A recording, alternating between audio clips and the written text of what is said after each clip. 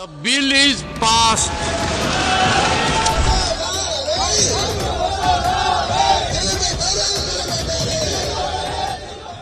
नमस्कार दोस्तों, आज का मुद्दा बेहद अहम है, संवेदनशील है और पेचीदा भी।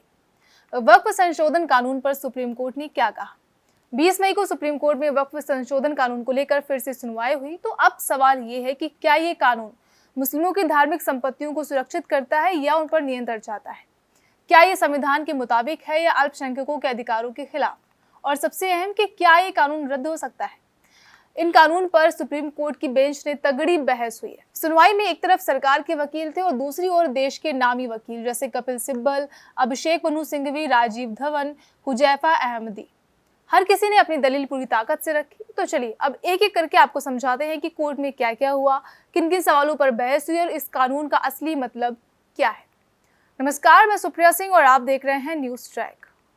तो सबसे पहले बात करते हैं कि वक्फ संपत्ति की। वक्फ यानी वो संपत्ति जो अल्लाह के नाम पर दान दी जाती है।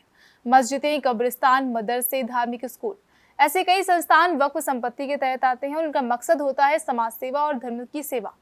अब सरकार ने 2025 में जो वक्फ संशोधन कानून लाया उसमें कई बदलाव किए गए हैं, जैसे कि वक्फ प्रॉपर्टी के रजिस्ट्रेशन में नए नियम। अगर कोई सरकारी संस्था वक्फ संपत्ति पर आपत्ति दर्ज करती है तो उसका स्टेटस खत्म हो सकता है। वक्फ बोर्ड और काउंसिल में गैर मुस्लिमों सदस्य भी हो सकते हैं।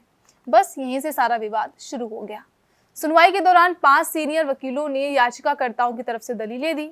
कपिल सिब्बल, अभिषेक मनु सिंघवी, राजीव धवन, हुजैफा अहमदी और अन्य वकील। सरकार की तरफ से सॉलिसिटर जनरल तुषार मेहता मौजूद रहे। कपिल सिब्बल ने कहा कि ये कानून मुस्लिमों की धार्मिक संपत्तियों को धीरे धीरे सरकार के कंट्रोल में लाने की साजिश है।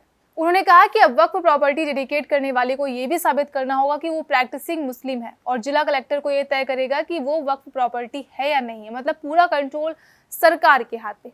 ये भी बड़ा मुद्दा रहा कि क्या वक्फ बोर्ड और काउंसिल में गैर मुस्लिम सदस्य शामिल हो सकते हैं।